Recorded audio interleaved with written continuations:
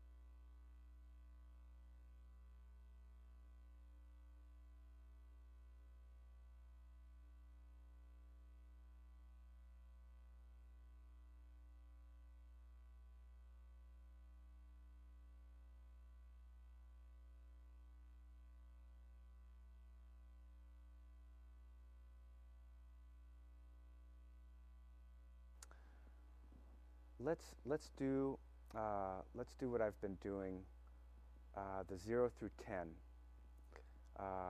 age 0 through 10, without really spending a lot of time building the picture, from my mom's to my grandma's and into grade school.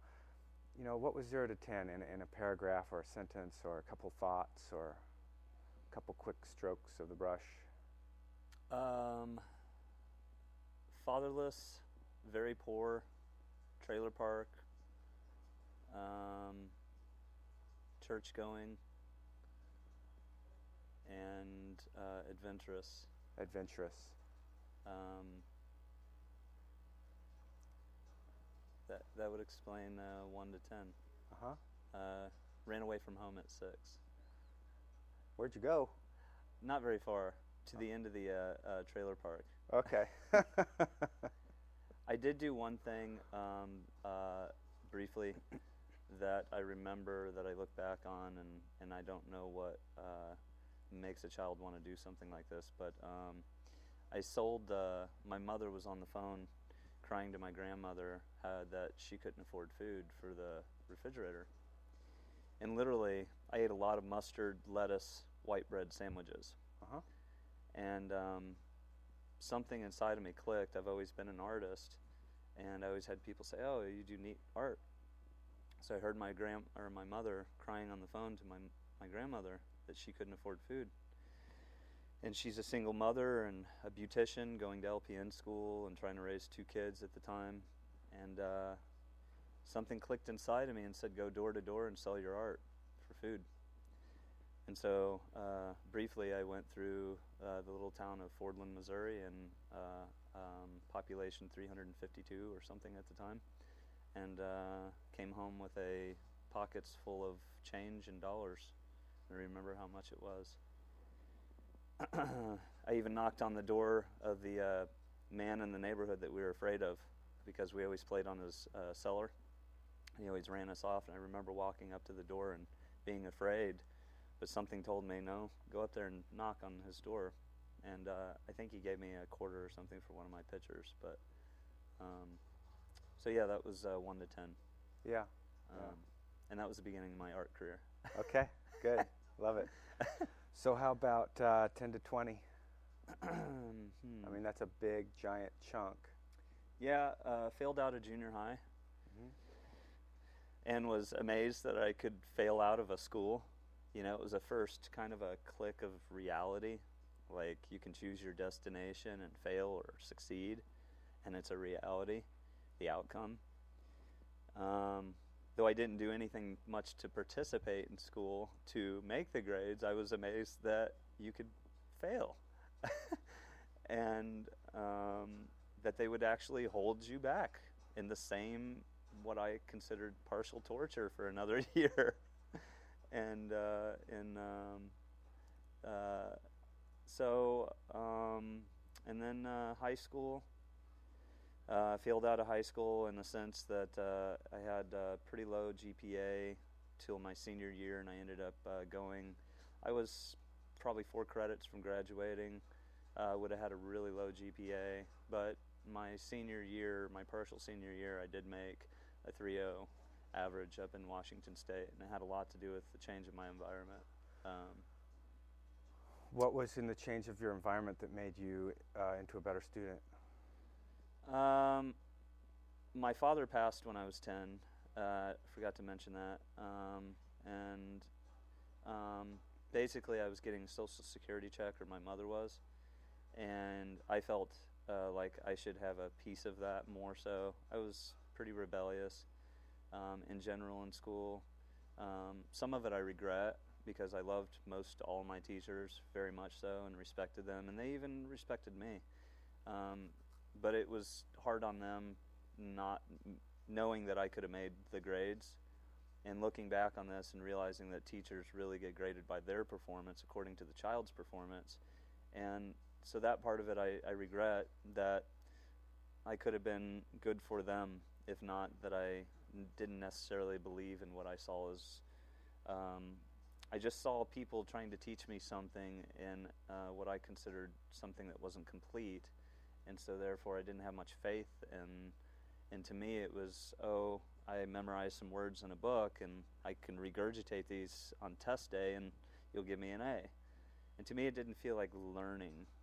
And I also felt bad for the kids in class that because I found out later I have above average IQ, but grading on a curve of people that have an IQ of 130 and someone that is born with an IQ of 90 or 80, and grading that person on the same curve and expecting them to perform on the same level, it'd be like racing me against Carl Lewis and expecting me to even compete whatsoever. And then telling me I'm a failure because I failed, when that's not fair. And this is why I like the Waldorf schools and things of this nature today, because we are graded on individuals, not on a big picture. I heard one recently that I liked. The Wild Kindergarten started up in Norway or some very cold place, and now it's in Germany, and it's probably, spreading. But basically, you take the kids. I don't know much about it, but the kids are all like 1.5 to 5 or whatever it is, and they take them outside all day. They don't go inside, and the parents are like, well, what happens when they finally get into like first grade and it's time to like sit down at a desk? And they're like, oh, well, actually they sit and they're quieter, as it turns out. So I just love that story, that little snippet that I heard on the radio the other day. But that was part of the change. When I went to Washington State, the schools were incredibly liberal. I had food on a regular basis. The home was not a complete disorder because my mother was a single mother trying to work jobs and raise us, so there wasn't that much one-on-one love, though she is a loving, very loving person. mm-hmm. It's just survival. Not feeling lesser than other students because I didn't have the Nikes. Things like this really beat a human's and their capability of self-confidence down, which has a lot to do with our intellect, I believe. I keep being taught this. You just said that self-confidence has a lot to do with intellect. Mm-hmm. Okay. And the schools up there, there were no hallways. There were buildings, and we were outside most of the time. You know, when you left the room, the outside was our school, and they designed it this way. And it had a huge impact. And my teachers treated us like adults. Miss Avery and Mr. Mikulich, which I'll forever be grateful for. They were willing to press the envelope, if you will, to be honest and genuine with us, and risk their careers for this. And it gained respect from us and from me, to where I wanted to do right for them also. And Mr. Brousseau. I mean, they allowed him to have Jimi Hendrix and Janis Joplin and so on and so forth, posters on his walls in his English room. So really beautiful, very free-flowing and not confined. I didn't feel confined. I felt free. Now, give me an example of, I guess you just did with the posters, but they were risking stuff to be honest. History teacher, Mr. Mikulich. Raised in, for some reason I can't think of what country, but he was a white male, was raised with slaves, even in this day and age. I forgot what country it was. South Africa? Something to this nature. Okay. And he just seen an imbalance in humanity, and he wanted to take that to students in America on a level. And basically he started his history class with, here's your history book. We will study and use this some, but not very much. Put it under your desk. And he filled in a lot of the gaps that were not often told in our history classes that we will end up finding out. And he knows that. And all it does is create shock and relearning or unlearning, if you will. And he wanted to teach us, not just fill in gaps so that we get through this cattle guard thing. And Miss Avery was the same thing. She would give us keys. She was my art class. It was an Art 4 class. It's one of the classes I always succeeded in. And you had to have Art 1 through 3. And it was a college prep art class. It was 2 hours long, and it was first and second hour of the school. And this is a high school. And to some of us privileged students that she trusted, she would actually give us keys to the art room. And she understood that an artist performs best, or humans perform best, when we have free will, with a objective that is positive. I'm reliving these things and recognizing how much impact this had on my life. Positive impact. So she would, at the beginning of our semesters, she would tell us what we were going to do that semester, give us our criterion, and for the first week, we would have to be in class. But after that, she knows that ours perform best when they feel like performing best, not when they're told, do a painting right now. Right. And she wanted the best out of us, and she knew she had to have freedom. So she was willing to, she of course probably didn't tell the principal that we had keys to the art room, but she trusted us, and that was another thing, trust. And she would allow us, she would tell us at the beginning of the classroom, you have to show up for attendance, but if you want to leave for those 2 hours, just make sure you have the project done at the end of, and go to your third hour class. So that was really valuable to you. You really appreciated that. Yeah, the trust and the freedom. So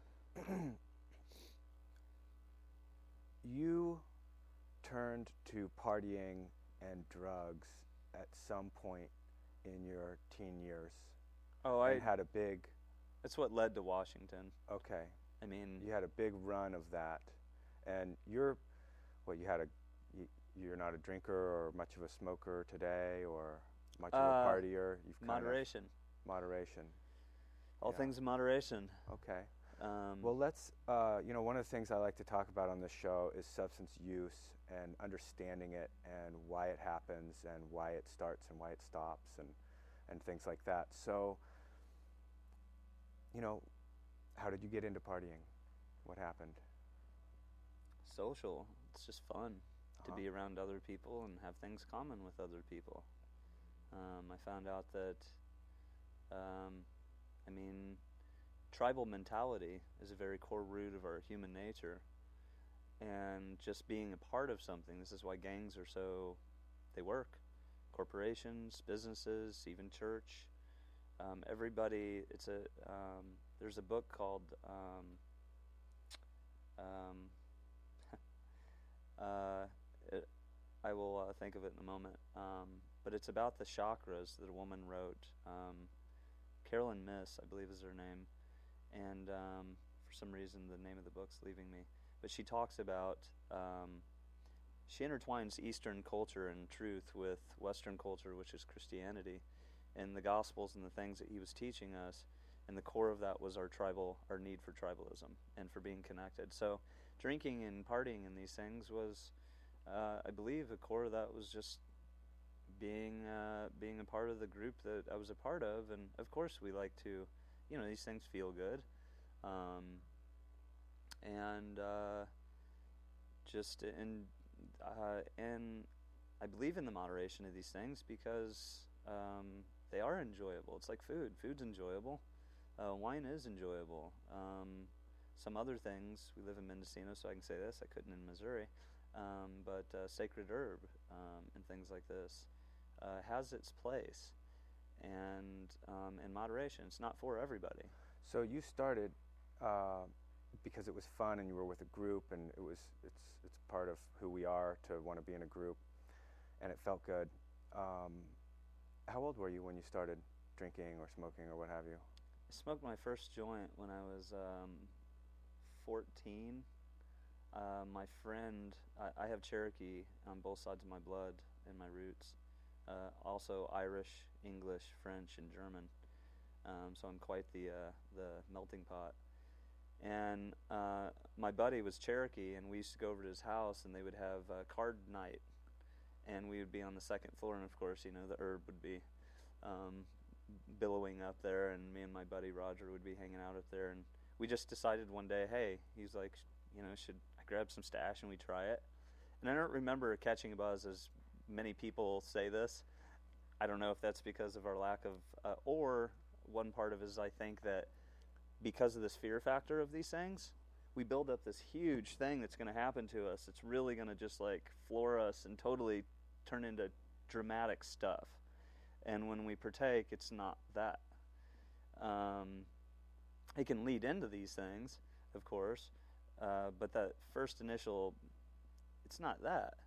And so I think that our minds like build this big thing up, and like when you tell somebody a big story about something that's going to be really great, a movie or something, and then they see it and they're like, it was okay, but because we built it up so high that, there was expectations for that and it just wasn't there. So 14 years old, and I didn't smoke on a regular basis. There were some older kids that I hung around with that just didn't. Right. We liked being in the woods and fishing. That was our drug, if you will. So you started just like everybody does, Mm-hmm. but then you eventually moved into hard stuff. Mm-hmm. And, why? And how was that experience? My first time experiencing methamphetamines and the drinking thing, again, sometimes we drink for enjoyment, sometimes we drink for depression, the total opposite. And sometimes we drink for enjoyment that leads into depression, that we drink for the depression.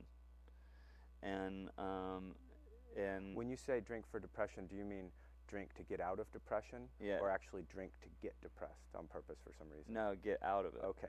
To numb it. Right. And like hangovers. I mean, when you drink to the point of a hangover, this pains, and they always say, oh, a good way to kill a hangover is another beer or whatever. Start your day again, and on goes the cycle.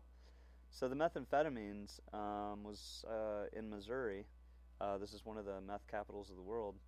And it was a social thing again. I'm hanging out with people, clean cut, not your typical meth users, if you will, that we see or put in our minds. And it was a recreational thing. Wasn't thought of. I think I did cocaine first, and that's when I started smoking cigarettes. Also, was after my first cocaine usage. I mean, I didn't smoke cigarettes till I was 23, and most of my friends did, and I just had no desire. I think it had to do with my Cherokee roots, because it's sacred in our bloodline, the tobacco, and but cocaine, and then I started smoking cigarettes, and then methamphetamines just kind of popped in. Oh, it's just another powder, you know, it's a recreational thing, and that didn't last for real long. I am grateful to God I never stuck a needle in my arm. I did smoke it, and for me, I believe there was a spirit inside of me that I've always been like this. I was always talking about my faith, no matter what environments I was. I was the drunken preacher or the Hyde preacher, if you will, and because I really love life, and there was a big part of me. I have friends today that were hardcore meth users, that are absolutely clean, and for many years, 7 years, and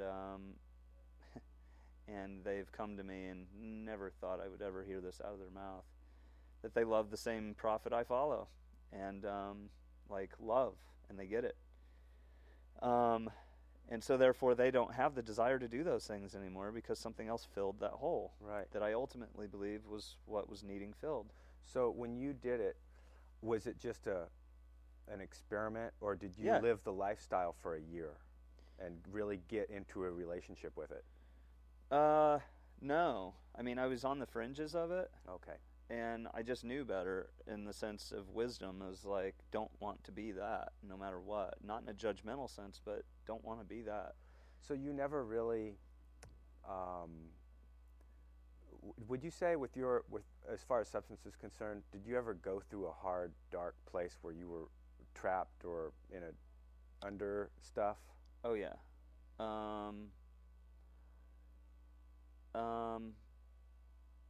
Methamphetamines, I can honestly look back and go, I don't remember like going and selling stuff on or anything like that to get high again. Right.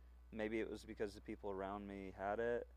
I do remember feeling the essence of fiend a little bit if you're in a meth house or something like that. Fiend? Yeah, a fiend, like, you know, like you're high, and like I think the practice of just doing it is also part of it. You know, it's like the ritual. It was attractive to me. I almost died in a meth house once. I overdosed twice on methamphetamines that I really thought I was going to die. And it was really high quality, very potent, and I was warned of it. It was actually ice, I believe, and this does kill people often. And I took a hit, and I felt my chest literally, my heart was beating so fast it was almost not beating. It was almost one beat. And I ate some other things during this time, and I remember waking up on the floor and looking over at my buddy and saying, I may die right now. And I really felt like it was close. And I ended up going outside and climbing up a 60-foot tree and hugging the tree at the top of it. And that really freaked everybody out. But I feel like it saved me. Like, I went up that tree back to my core roots of what saves me every day today, nature. And I went up and hugged that tree. So that's a big deal, what you're explaining to me and what you're describing. Now, where's the transition out of there? How did the transition out of that world happen? And to a saner world, perhaps, or closer to where you are today? Like when and how and you know, we stumble. I have no desire to be in those worlds at all. I have zero desire for any of that stuff. To me, there were career choices that led up in my more adult life that led into these things, definitely. And I see this all through prevalently in my society. If America knew all the professionals that are using all kinds of things every day, doctors and everything else, to do these jobs that are so highly acclaimed, and that they absolutely need these other substances to wake up in the morning and to do it again, it would shock us. I've heard, and I haven't done my research yet, but I've heard that there is a, a pie slice of methamphetamine, crack, meth, maybe not crack. I think that's more of a disruptive thing, but like CEOs and bankers and finance people and, There's crack like you users say, that are- doctors, yeah, and they're highly functioning. They've got a family. They're taking care of business. They're driving 2 cars. Everything's in order, and they're like really wrapped up in a relationship with this Mhm. crazy, powerful thing. They actually use it for that purpose, to get up. As humans, HUEMANS, we're doing a lot of things that we were never designed to do here. And these are other tools that help keep us moving, because I believe our subconscious, which we're really good at subduing, we use these things to subdue that, if you will, referred to as the small, still voice that tells us right and wrong. And we use these things to subdue that truth that we know. I mean, what if a doctor goes, maybe I shouldn't be cutting people open? Maybe there's other ways to heal humans instead of this, jumping into this conclusion, and we just go ahead and do it. The reason why we continue to do these things is because we built careers out of these things. There is no getting out, because we built society that says you must do this 9 to 5. You must have a college degree in order. I mean, that was one reason why I failed out of high school, was I got tired of being told that if you don't get the grades and if you don't go to college after this, you are going to fail in life. Let's talk about that for just a minute. I was recently hearing on the radio that if you or I was reading in a book actually, if you have your GED, you're going to make this much money in your life, and you're going to work for this many years. If you have your high school diploma, you're going to make a couple bucks more and work a year less. If you have a college degree, and on, Mm-hmm. you make more money and you work less overall the time of your life. And so statistically speaking, when you lump it all and you look at all the data, that's a fact. And so I've got a little brother who hates school. He's 17, and he's like, It's looking I'm like, grim for hey, him already. if you want to be a house painter with toxics, and I mean, now you've chosen something non-toxic, so to speak, and how can I get this thought out? I'm having a hard time with my brother, like not telling him, hey, take 5 years off, but do go to college. You got to go to college, So how do you answer that? Like with this idea that you got sick of hearing it.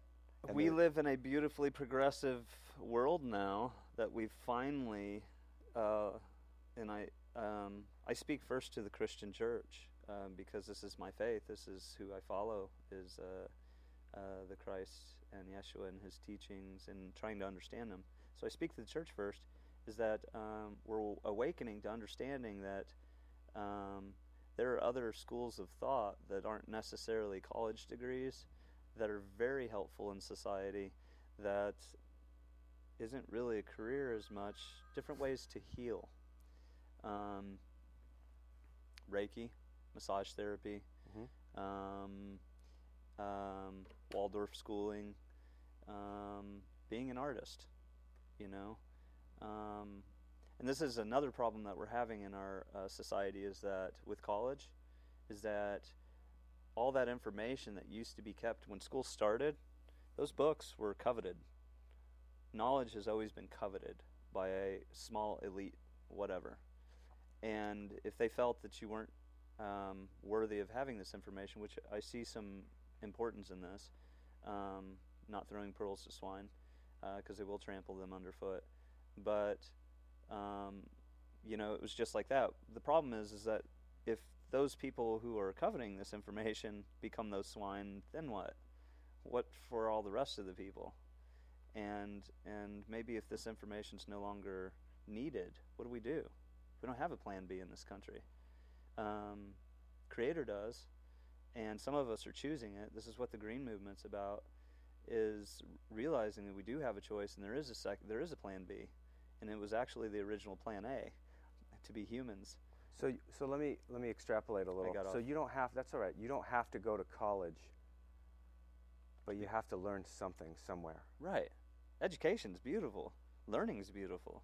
Having teachers is wonderful. Right. But having teachers that love you and really want to, this is why I love the Waldorf schooling, is they teach us our core, what we are as a human first, and within that, and how to be humanitarians, not necessarily smart people or fast people or strong people, or something we talked about last night in the meeting that we had on economical, what was the meeting last night? Sustainable communities. Yeah, sustainable ecology. Okay. And he discussed in there was, I got sidetracked there, was... Well, actually, hold off on that for a moment, because we're actually sidetracked a couple times off of the college thing, and then back to my original question of a phase of your life where you're partying and a phase of your life where you're really wrapped up in this situation and it's out of control for you every once in a while, and it's perhaps dark or however you want to describe it, and then somehow there's a transition out of that. Mm-hmm. Okay, so you... Shame sometimes, self-loathing, just like realizing that you've turned into something that's not even human anymore. Uh-huh.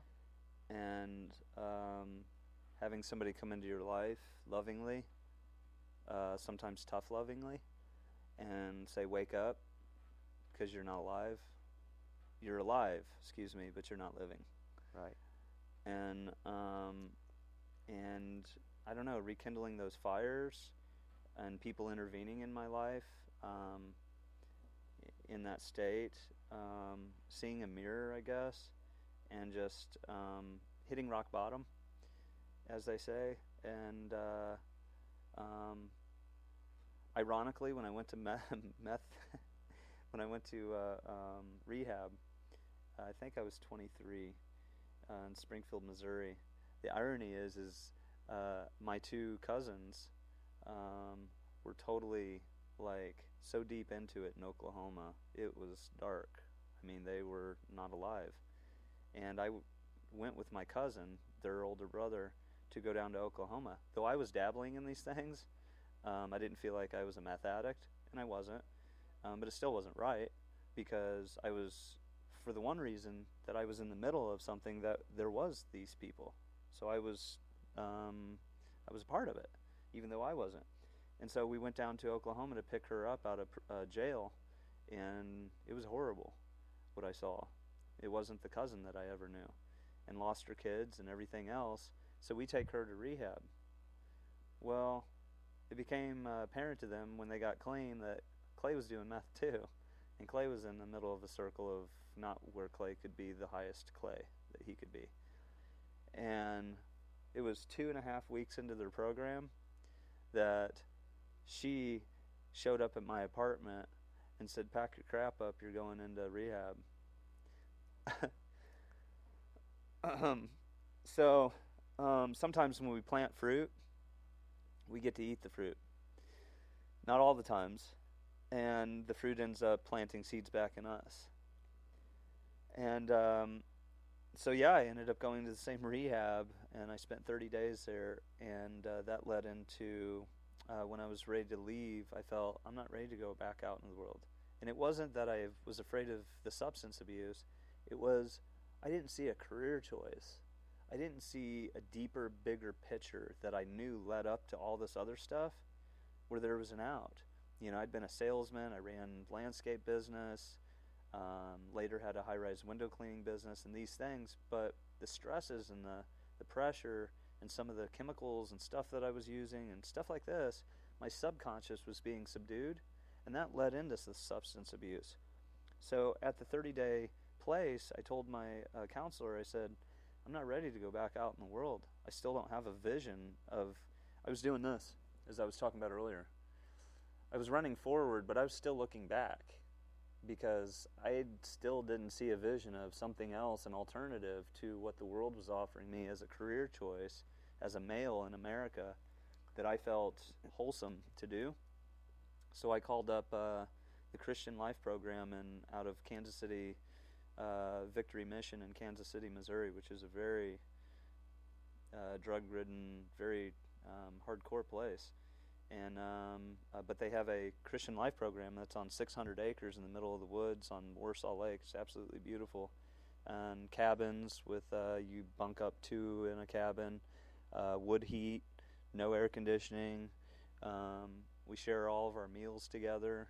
We had fellowship every morning together. We worked together. How long did you spend in this place? 9 months. And that gave you, and you were ready to leave at the end of the 9 months. Yeah. What happened? Tell me about that.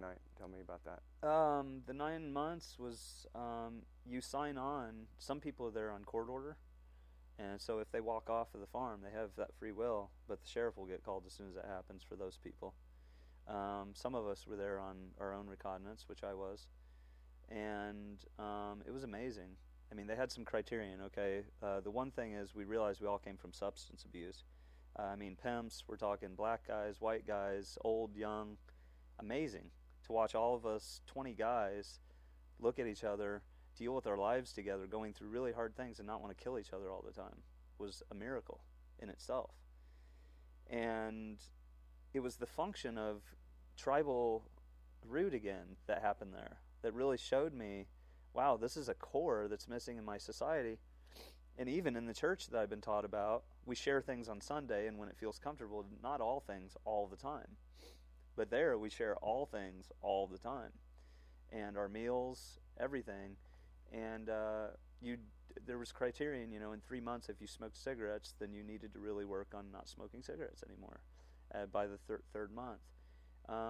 And we recited certain scriptures from the gospel that helped keep our path, and they really did.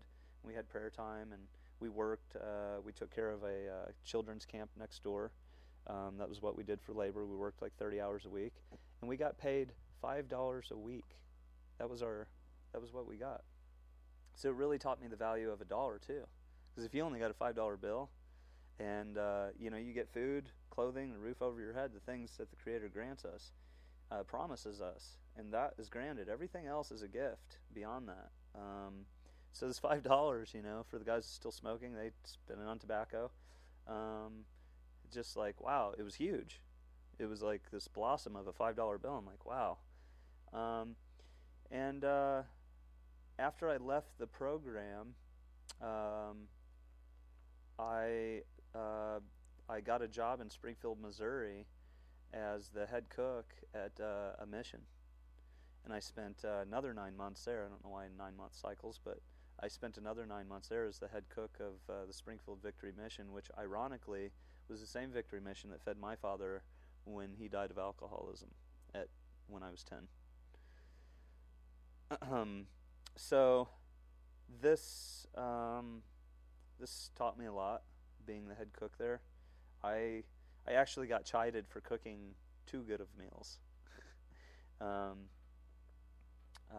because I wanted to treat them like kings, so that maybe they would believe they were, and if so, maybe they would act like it. Let me ask you this. Well, you must have seen the effect sometimes, every once in a while. You must have seen somebody sit down to a meal that was that good, and it made a difference to them. Oh, absolutely. Yeah. In every homeless community, there are homefuls. And we got that home is in our hearts. And it's where we lay our head. And it's exactly what Yeshua taught his followers. How long have you been homeless, Clay? Or homeful? Out of doors. See, out of doors. I mean, I've bounced around. I mean, if you consider living in a vehicle, I drove here from Ithaca, New York in a bus, which I've been traveling the country for 7 years working on a book. Okay. Researching the Christian church. I've done communion in every denomination that I'm aware of, and ceremony, including the Native American church. And to experience, because reading things don't do it. In my opinion, you need to experience something before you can have a really valid opinion on something. So, before we get into your book, you've been a traveler, a vagabond for 7 years. I like that, vagabond. Yeah, it's a good one. That's what I actually have a paper that I'm working on called Vagabond Theology, and it's basically for the homeful, homeless people, and it's a list of things that they can do to eat more healthy, to not be a burden in society, to actually help society. I mean, this is something that, how many people think that a homeless person can actually be a seed to be helping community and society in that position? Not leaving trash behind, trashing your area so that other people don't get pushed around when they come through. If somebody allows you to stay at their home, there are no free rides. You do their dishes, you take out the trash, you help them, you leave no trace. So it's a vagabond theology of things that we can do on the road, my rainbow family that travels and things, so that we can spread light into this world and not be victims anymore. So that sounds neat. There's a whole spectrum of homeless people. Mm-hmm. There's homeless people that aren't human anymore, as you put it, and they're gonna wipe with that thing that you wrote.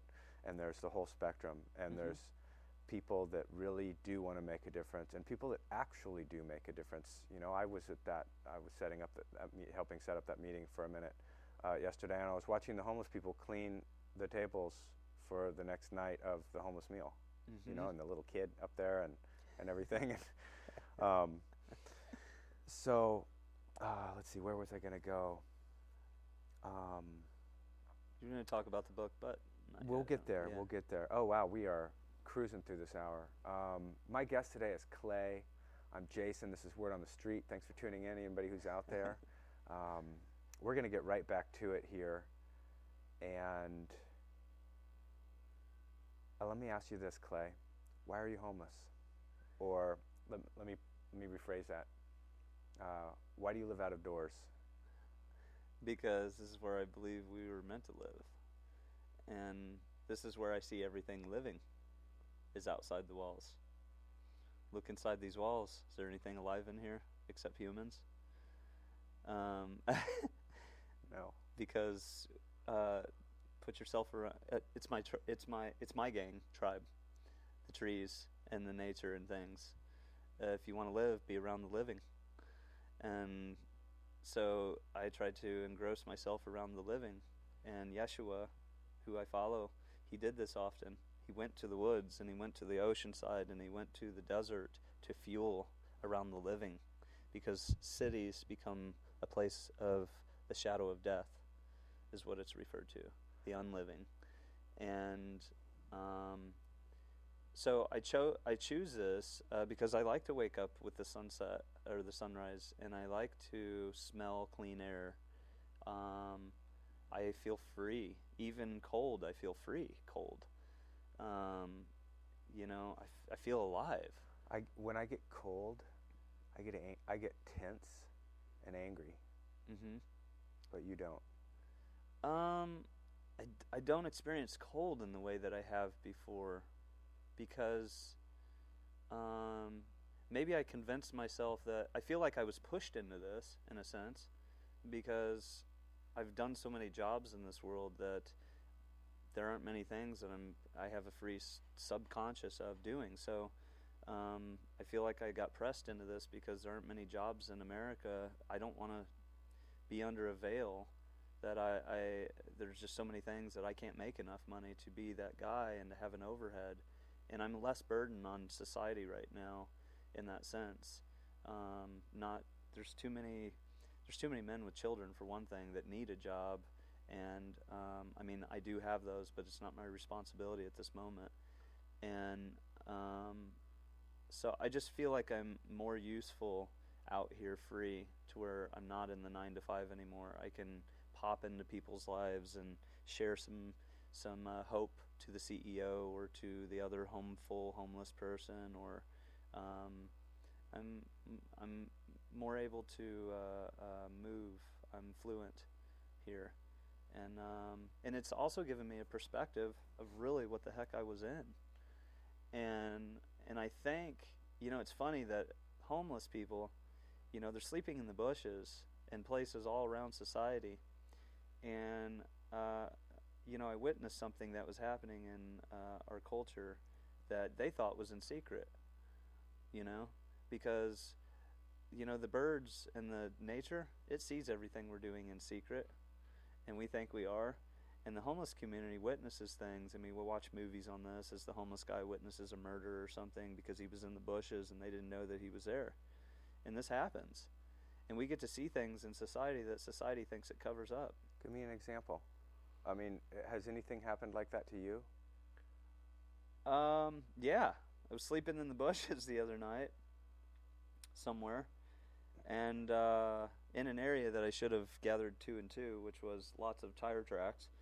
I wanted to be next to a creek, and I went out there, and I believe that I'm guided into certain areas, not just for my enjoyment, but for learning lessons, because I'm definitely here to learn and to teach, hopefully. So I went into the bushes, and here we go. Here comes these headlights barreling straight at me. That if I hadn't had my bike and my stuff that was bigger there, I might have got ran over. And so this truck goes barreling into the shrubs and bushes to get away from the rest of the eyes of society to do something, drug deal or something, and I don't want to see that stuff, because if people are in the middle of that stuff and they find you witnessing that, they're going to want to take you out because you witnessed it. And this happens to homeless people, I'm sure. They get killed doing this. Do you get, in your 7 years that you've been traveling around, being out of doors, you've mostly been in a vehicle, in a bus, traveling. Mm-hmm. And now you're on a bike right now. You've got a bicycle rig. Mm-hmm. How long have you been doing the bike thing? A couple months. Couple months? Uh-huh. Okay. So and the vehicle thing, the reason why I did that, I mean, I had a rule, which was keep food on the bus to feed people. It was kind of a rolling mission for me. I would pick people up, take them across the country, and it was because I wanted to encourage that. Really, for students right now, I know there's so many students in America that see the obvious thing. There isn't a stinking job for your $36,000 debt, period. And we keep wanting to deny this, and the fact is, that's the facts. And they're looking for plan B. So I encourage a plan B, which is be alive, because guess what? Don't think that the world won't be waiting when you're done. I've never left a city that I was from or anywhere or any job or anything that wasn't still the exact same way it was when I was done doing whatever I was doing, waiting for me. You mean when you were washing windows on a high rise? Or, when you jump out of this, there's times that I've jumped out of this and then went back into a 9 to 5 for a brief moment. And I'm just saying, like, I talked to a guy in Washington, D.C. that was selling hot dogs and $6 bottles of water. And the kid definitely didn't agree with what he was doing whatsoever. He looked like he had too kind of a heart to think that selling somebody a $6 bottle of water would be good. And I just encouraged him. I said, why are you doing it? Survival. Because I'm told to, all the non-subconscious reasons. Uh-huh. But his soul and his heart did not agree with it. And I said, why don't you start following your heart, friend? And I said, if you're afraid that this job isn't going to be here when you get back, it will be waiting. And so I just encouraged him, jump ship, man, and go flap your wings, bro. And because for a lot of people, I see intelligent kids all the time on the streets all over America, not just homeless bum, crack addicts, whatever we want to call it. There are a lot of intelligent college graduate human beings doing this because they found freedom. Right. Something that's probably not going to be granted to them through this other path. There's a spectrum of homeless existence, from the person that's just like in the gutter, mm-hmm. Using, mm-hmm. and not kind of no longer human, and then there's the person that's doing it by choice, and they're in control of their lives, and they're positive, and they're doing positive things, and there's all that spectrum in there. I've found, how many people, it seems to me that most people out on the street are not there by choice. Right. Some even say, oh, I'm here by choice. But there's, I don't know, what is it about that spectrum? How many people, what percentage do you think are really out there by choice and conscious about what they're doing? I'm not here by choice. Oh, okay. And that's it was something that I was. Let's answer that. Yeah, then. on my ride here, Okay. I was pondering and asking Spirit, what is exactly my true, real answer to that? I'm not here by choice. I would rather be in a tribe of humans that share all things common, and growing our food, rising with the sun, going to bed at the sunset, and living what I consider eternal life on earth. But I have choose to be here. Meaning, you can be pressed into something, and a good survival tool is to go, okay, I'm pressed into this circumstance.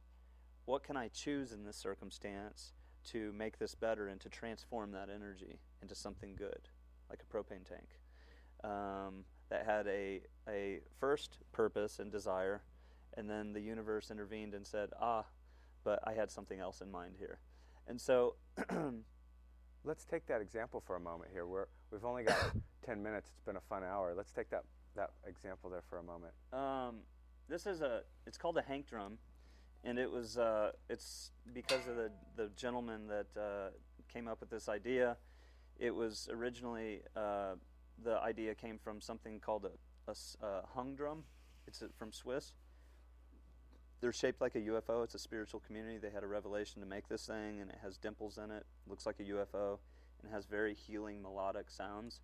They're $2,000 to buy one, the hung drum, and there's a 2-year waiting list. There was one that went for $10,000 on eBay because some millionaire didn't want to wait 2 years, and they just bought it. And this, the Western model, the gentleman was like, hey, how can poor people have something so beautiful? And I believe he got this divine revelation to take a propane tank, to cut tongues in it. It's one of the oldest forms of an instrument, which is a hollow log beating on it, and changing the size of the hollow log. This is the same concept, or the size of the tongue, and it changes the frequencies. And so this...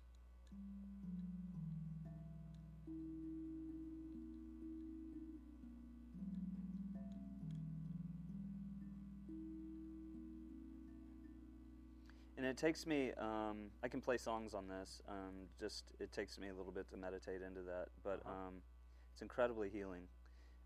All things in moderation, including this, because it really calms the inner being. I share this with the homeless people, and I watch peace come into them, and truthfully. And everybody, you can open this up in a restaurant, everybody stops, because this is what we're made of, is frequency and sound. And but there's something different when you turn on a radio with Metallica. Yeah, sound can heal us, or it can create disorder.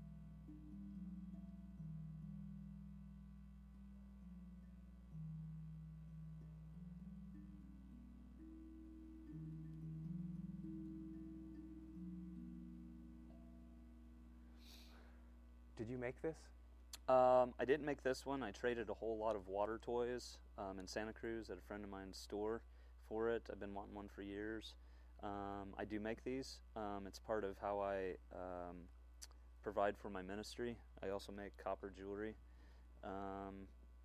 And I get fed by people like you and everybody else. I decided, though I qualify for food stamps, I rejected that because I want to see people take care of people in my country. Let's segue right into your ministry. We've got about 5 minutes left. So since you mentioned that, you've kind of touched on it a little bit. We haven't even gotten to your book. Maybe, are you going to be in town for a week? Yeah, I believe so. Maybe we can talk about your book next week if you're interested. Okay. Love to have you back on the show.